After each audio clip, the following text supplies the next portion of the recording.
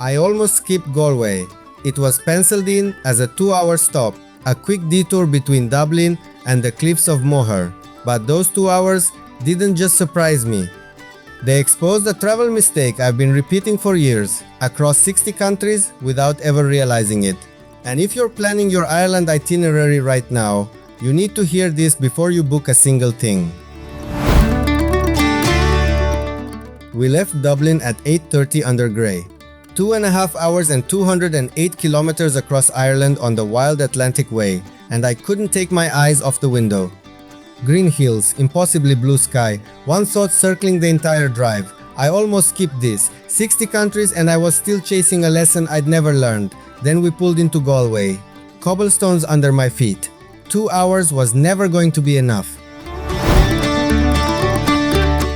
The moment I stepped off at Eyre Square, the energy hit me like a wave. Galway felt alive in a way I honestly hadn't experienced anywhere else in Ireland. Kids raced through the grass, parents sprawled on benches soaking up the sunshine, street artists tuning instruments. The whole place radiated an effortless warmth you can't manufacture. Within 3 minutes, I noticed something. Nobody was rushing. People just existed, enjoying the moment. I walked past the Oscar Wilde statue where performers had drawn a clapping crowd, and it hit me. This city's artistic pulse runs deep. It's not for show, it's real. Just steps from Eyre Square, I found Lynch's castle. If you're expecting a towering Disney fortress like I was, adjust your expectations fast. It's a fortified medieval manor house on Shop Street, a 16th century building next to modern storefronts, like it's the most ordinary thing in the world. But the building isn't what made this moment stick. Right in front of it, a musician had set up a one-man rock band. He resembled a famous artist from long ago. The kind of raw talent that stops you dead in your tracks. I stood there for minutes, completely pulled in, thinking, this is what a Galway city tour should feel like. Not just seeing things, feeling them. I turned down a side street and found St. Nicholas Collegiate Church, a 14th century giant hiding in plain sight among modern shopfronts. The stone walls have stood here since before Columbus sailed west. According to local records, Cromwell himself walked through these doors and worshipped within these walls. That history hit me harder than I expected. Right beside it, the Saturday market was alive. Fresh bread, local cheeses, handmade crafts filling the narrow lane with color and noise. Then I hit High Street and Galway exploded. Flags from dozens of countries fluttered overhead. Shop fronts in deep reds and golden yellows stretched in every direction. Musicians seemed to occupy every corner. These buildings aren't just old, they're decorated, cherished, bursting with personality. If you're wondering what to do in Galway with limited time, here it is. Walk High Street with your eyes open and your phone in your pocket. That alone is worth the journey. I ducked into Kirwan's Lane, a narrow historic alley packed with boutique hotels, candlelit restaurants, and hidden bars tucked behind centuries-old stone walls. Then I stepped into the Galway Latin Quarter, and I finally understood why this is the city's most iconic neighborhood. The energy here is genuinely electric. Colorful pub fronts in vivid greens and reds, live Irish music spilling onto cobblestone streets, crowds of locals and travelers all swept up in something authentic. I kept thinking the same thing. I only have 2 hours here.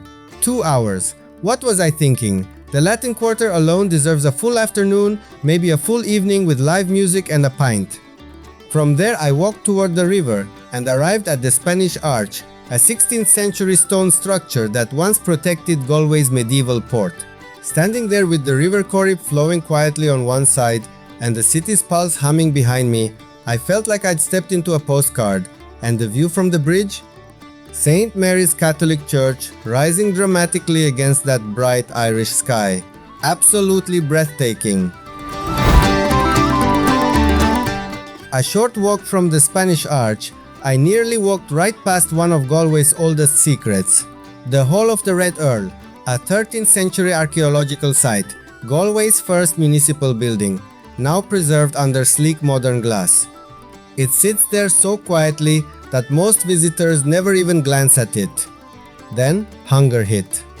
I'd been hearing about McDonagh's from practically every Ireland travel guide I'd read.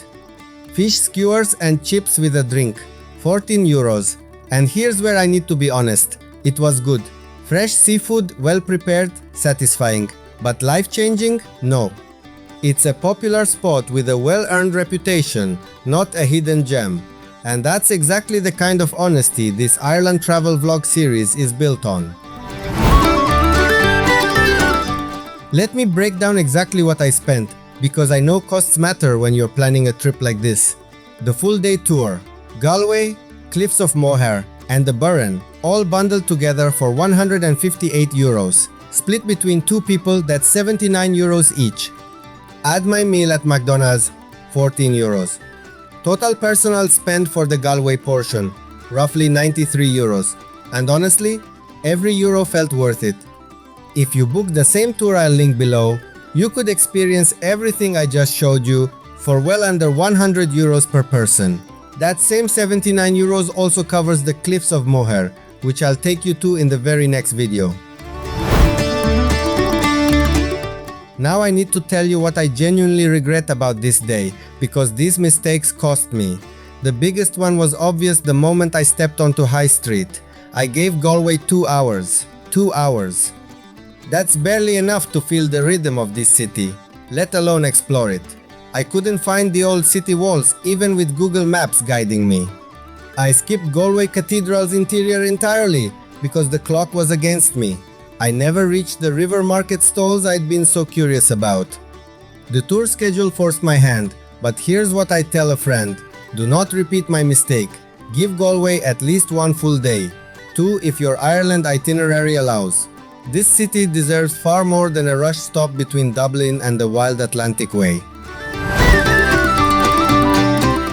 So after everything I saw, felt, tasted and experienced in just 2 hours, is Galway worth visiting? Absolutely, without a second of hesitation. It's not perfect. By midday, the streets get genuinely crowded, tour groups pour in relentlessly, and some popular food spots lean harder on reputation than quality. But Galway has something rare, something most destinations spend decades chasing and never find, a genuine soul. It's messy, colorful, loud, chaotic, and completely unforgettable. This was just one stop on our UK and Ireland road trip series. In the next video, I'm taking you to the Cliffs of Moher and the Burren. Same day, same tour, completely different landscape. If you're planning things to do in Ireland, check the description for the exact tour we used, plus booking links that save you real money. Don't forget to like, comment, share, and subscribe. Have you been to Galway or is it on your list? Drop your questions below, I'd love to help, and I'll see you at the Cliffs of Moher.